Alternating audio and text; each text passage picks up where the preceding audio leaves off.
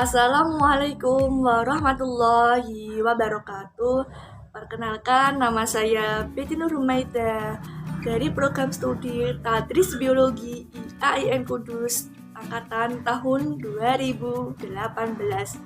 Halo, apa kabar kalian semua? Semoga kalian semua dalam keadaan sehat walafiat tanpa halangan sedikit apapun ya. Sebelum saya menyampaikan materi pada hari ini, alangkah baiknya kita awali dengan membaca basmalah. Bismillahirrahmanirrahim. Semoga materi pembelajaran pada hari ini berjalan dengan lancar ya. Nah, untuk materi pada hari ini, saya akan menyampaikan sistem pernafasan pada manusia. Sebelum masuk ke materi, kita akan melakukan sebuah mekanisme pernafasan dulu ya. Kita sama-sama menghirup nafas yuk. Kita hembuskan pelan-pelan ya. Tarik nafas lagi.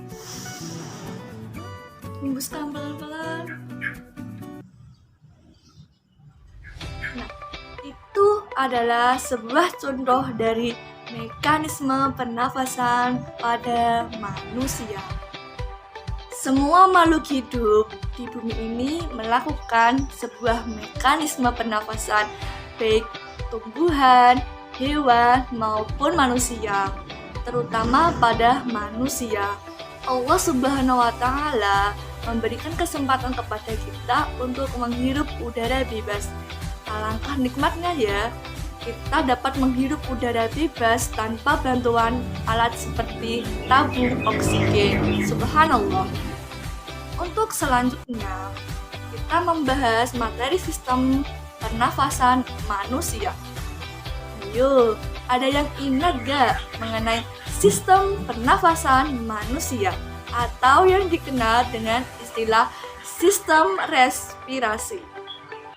Pada sistem pernafasan manusia, kita akan membahas 3 pokok pembahasan. Apa sajakah itu? Yang pertama, ada pengertian serta struktur dan fungsi organ sistem pernafasan manusia. Yang kedua, ada mekanisme sistem pernafasan pada manusia.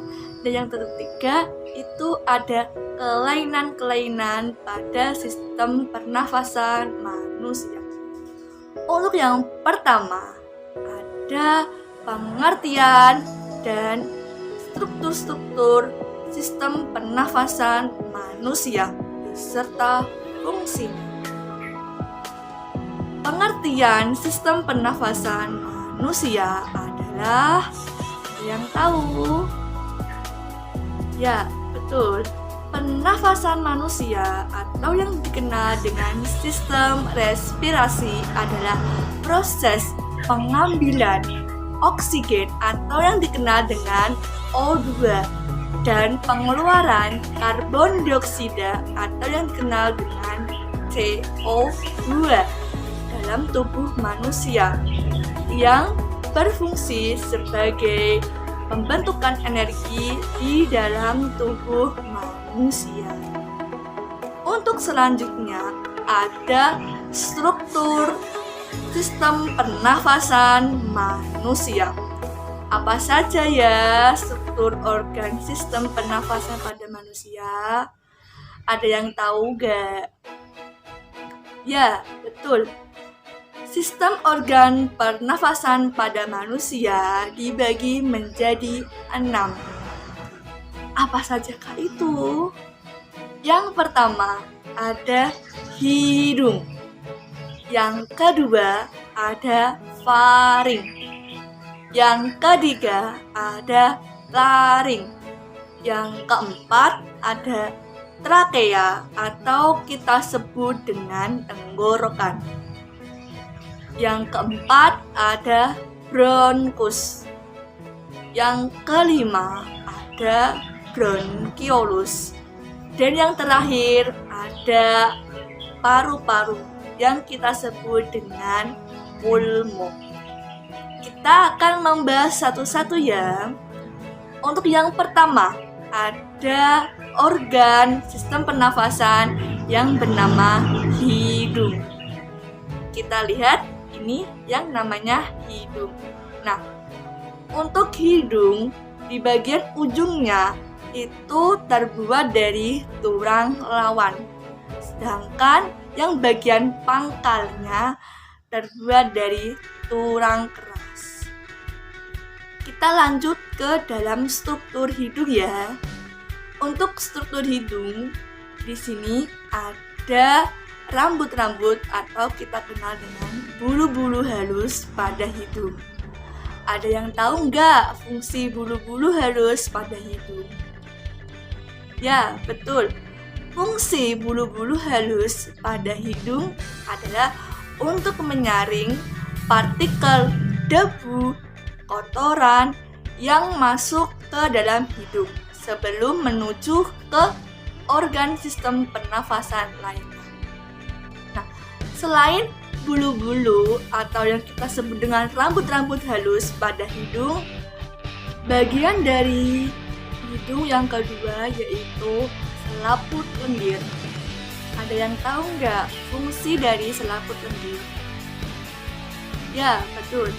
Fungsi dari selaput lendir adalah menangkap benda asing yang masuk ke dalam hidung. Seperti gambar di samping ya, itu ada silia atau rambut hidung, ada selaput lendir pada hidung, ada juga alat indera penciuman pada hidung.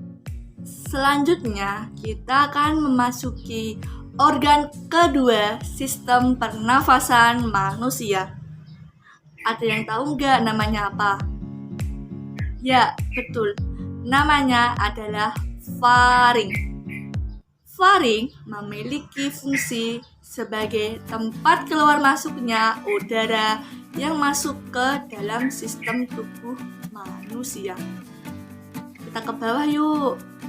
Setelah faring, ada laring.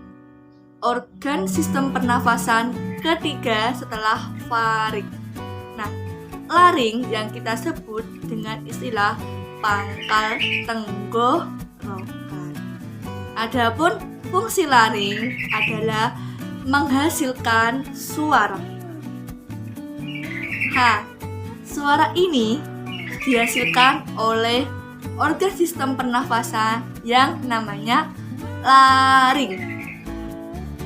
Di dalam laring terdapat tulang rawan yang kita sebut dengan epiglotis. Ada yang tahu nggak fungsi dari epiglotis itu?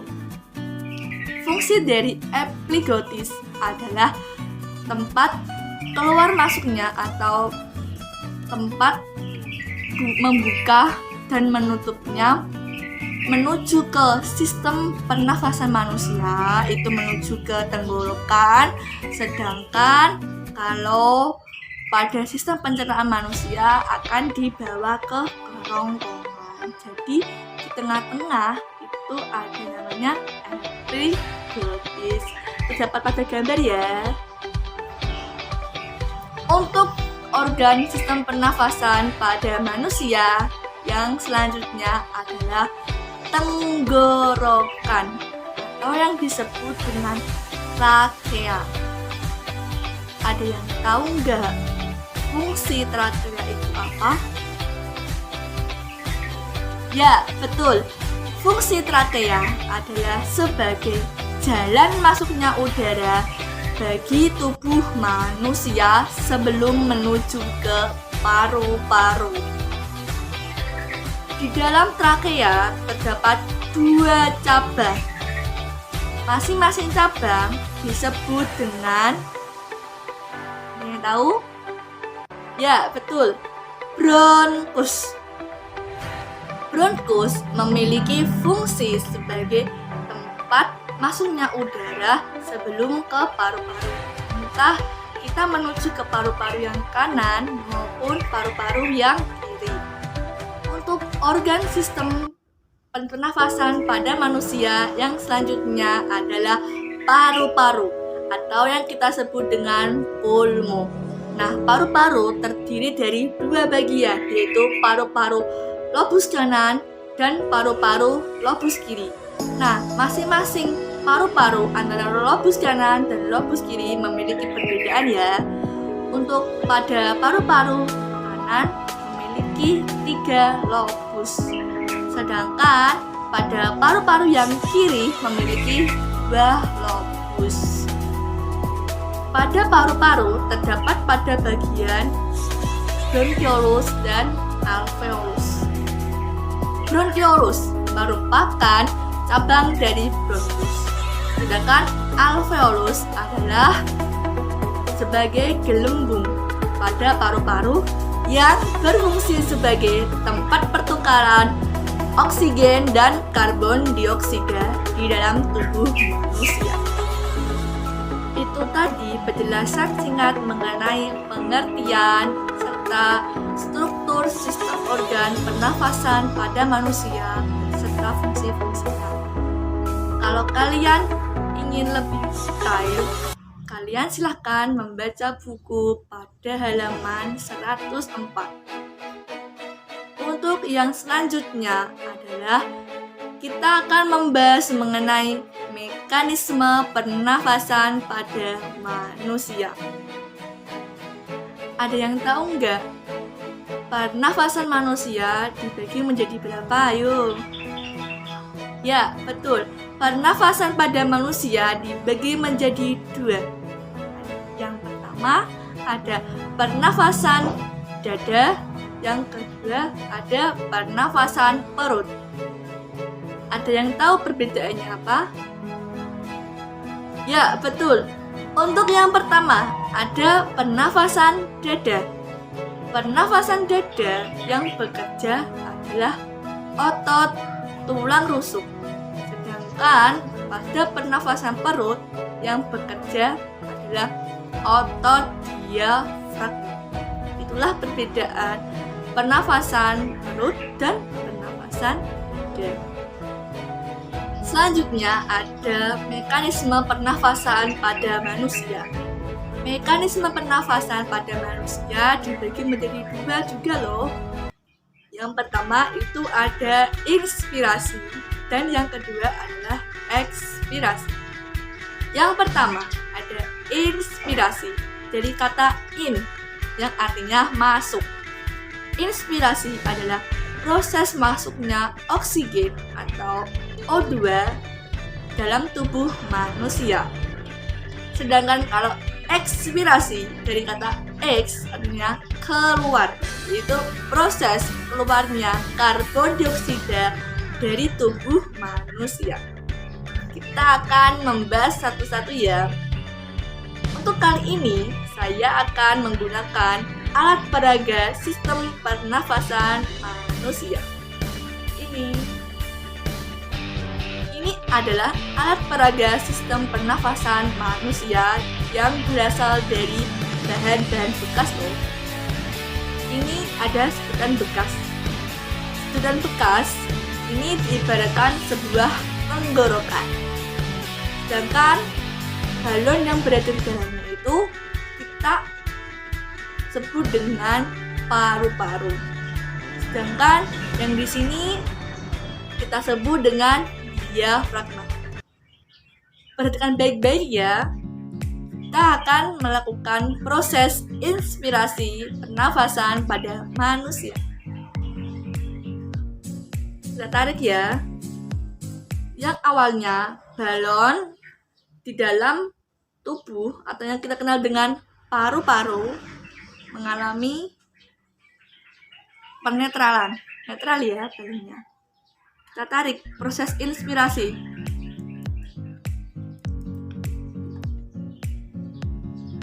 Balon yang awalnya tidak mengembang maka akan menjadi mengembang. Tuh, besar ya. Proses ini adalah proses inspirasi. Proses inspirasi di dalam tubuh manusia yaitu proses di mana oksigen masuk di dalam tubuh manusia dengan Yang pertama itu ada otot tulang rusuk terangkat. Kemudian volume di udara menjadi besar. Udara yang awalnya dari luar masuk ke dalam paru-paru. Itu yang disebut dengan inspirasi. Sedangkan ekspirasi adalah proses pengeluaran karbon dioksida di dalam tubuh manusia, yaitu pada otot diafragma dan otot tulang rusuk mengalami penurunan. Udara di dalam tubuh akan mengecil, sehingga paru-paru yang tadinya membesar akan mengecil. Relaksasi itu yang disebut dengan mekanisme sistem pernafasan pada manusia. Untuk selanjutnya adalah tugas kalian membuat replikasi alat peraga sistem pernafasan pada manusia yang terbuat dari bahan-bahan bekas ya. Sesudah itu kalian membuat laporan mengenai mekanisme pernafasan manusia dari alat peraga tersebut ya. Selanjutnya kita akan menyaksikan video dari mekanisme pernafasan pada manusia. Disimak baik-baik ya videonya. Kilatan cahaya, impulsi listrik super cepat, semuanya gemerlapan. Bukan kok, ini bukan badai petir atau burrito raksasa yang kamu makan, tapi kamu sendiri. Iya, kamu baru saja menguap, mengirimkan gelombang energi kuat melalui tubuh. Coba ulangi lagi menguapnya, akan kujelaskan prosesnya. Awalnya udara dan aku si mungil yang kamu lihat di sini masuk ke mulut dan lubang hidung. Satu lubang hidung saja ya, karena lubang satunya beristirahat dengan sendirinya. Kamu lagi makan ya? Jangan menghirup napas sambil menelan pizza. Cuma bayi yang bisa melakukan dua hal ini sekaligus. Kamu sudah sampai di faring. Disinilah udara dan makanan bercampur. Saluran ini panjangnya sekitar 12,5 cm dan berfungsi sebagai pemilah.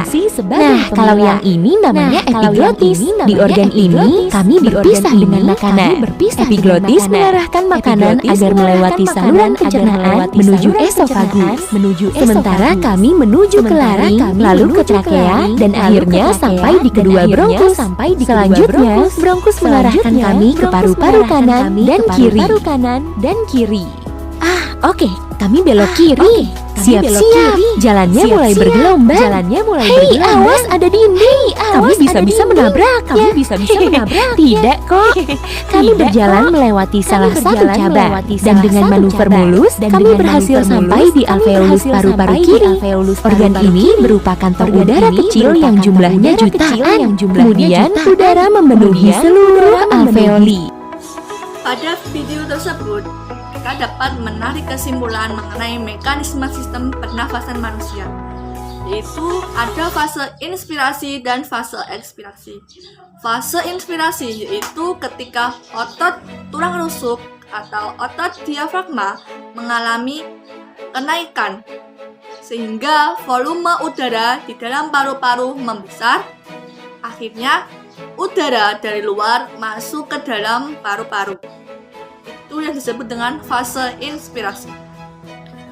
Sedangkan pada fase ekspirasi yaitu ketika otot tulang rusuk dan otot diafragma mengalami penurunan atau kita sebut dengan fase relaksasi, sehingga volume udara dari paru-paru mengalami penurunan.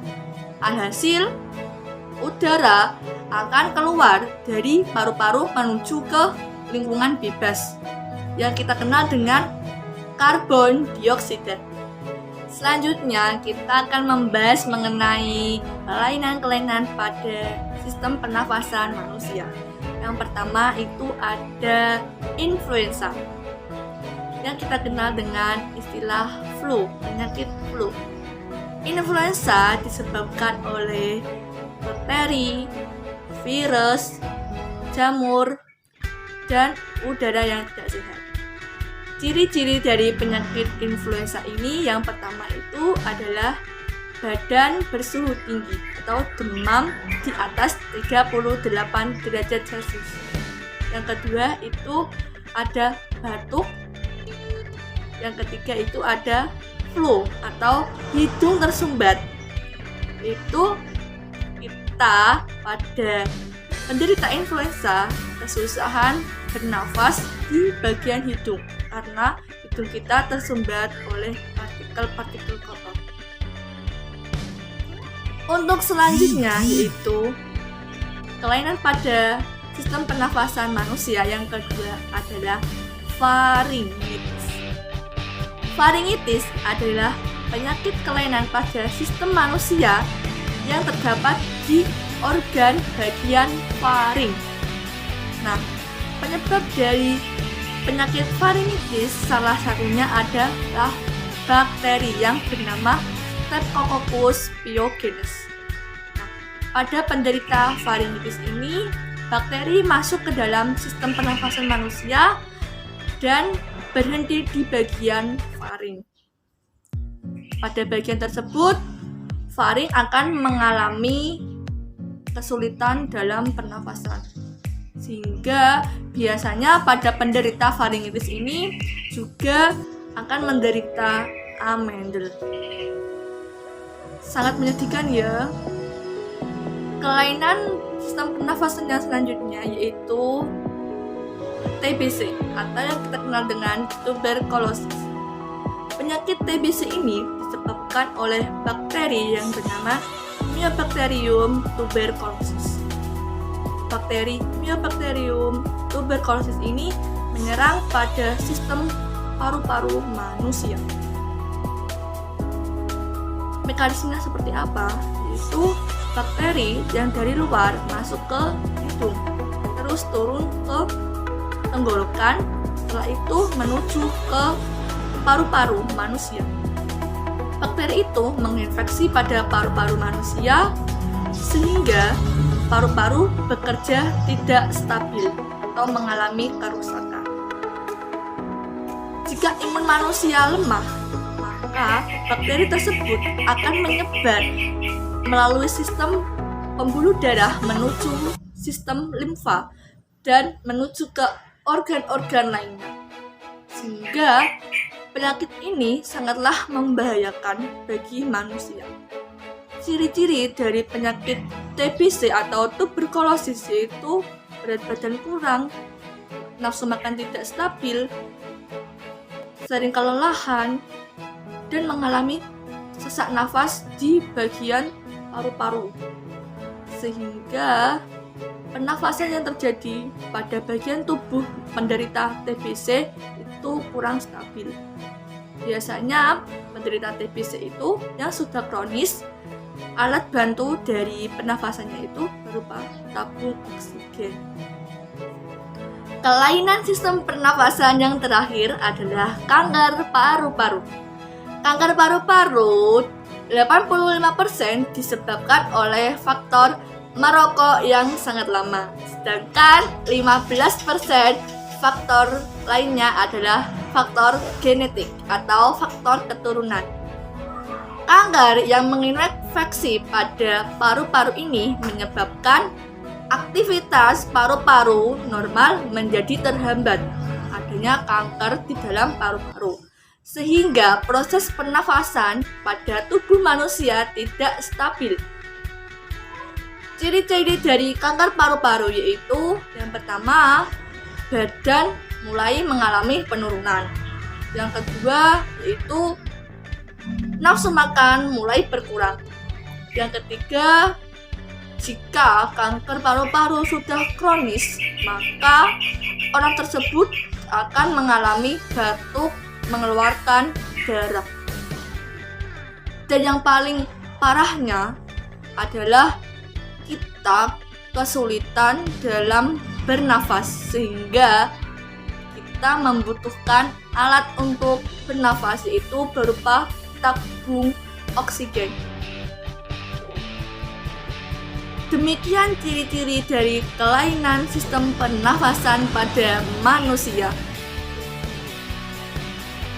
Untuk selanjutnya itu ada sesi tanya jawab. Silahkan jika kalian ada yang belum paham, kita tanyakan di forum grup online ya. Jangan lupa tulis nama serta pertanyaannya. Sebelum saya akhiri pada materi sistem pernafasan pada manusia, tugas kalian yaitu membuat poster mengenai kelainan-kelainan pada sistem pernafasan manusia. Nah, di dalam poster tersebut terdapat ada gambar kelainan, keterangan kelainan, ciri-cirinya, beserta cara mengobati atau mengatasi kelainan tersebut. Dikumpulkan pada saat minggu depan ya. Saya tunggu. Kesimpulan pada materi sistem pernafasan manusia. Sistem pernafasan manusia adalah proses di mana pengambilan oksigen atau O2 dan karbon dioksida atau CO2 yang berada di atmosfer. Fungsi dari pernafasan manusia yaitu untuk aktivitas pada manusia. Sistem pernafasan manusia melibatkan organ-organ di dalamnya, yaitu ada hidung, ada faring, ada laring, ada trakea, ada bronkus, ada paru-paru, yang di dalamnya ada bronkiolus dan alveolus, yang masing-masing organ tersebut memiliki fungsi dan struktur tersendiri di dalam sistem pernafasan manusia. Mekanisme sistem pernafasan manusia dibagi menjadi dua, yaitu ada inspirasi dan ekspirasi. Proses pernafasan pada sistem manusia juga dibagi menjadi dua, yaitu pernafasan dada dan pernafasan perut. Yang keduanya memiliki perbedaan masing-masing. Selanjutnya yaitu kelainan-kelainan pada sistem manusia, di antaranya yaitu ada influenza, ada varingitis, ada TBC atau tuberkulosis. Yang terakhir ada kanker paru-paru, yang masing-masing memiliki ciri-ciri dan penyebabnya sendiri-sendiri. Demikian video pembelajaran pada kali ini. Semoga ilmu yang kita serap pada materi ini bermanfaat bagi kita. Dari saya, kurang lebihnya mohon maaf apabila ada kesalahan dalam pengucapan ataupun yang lainnya. Saya mohon maaf jika bersalah. Wabillahi taufiq wal hidayah. Assalamualaikum warahmatullahi wabarakatuh.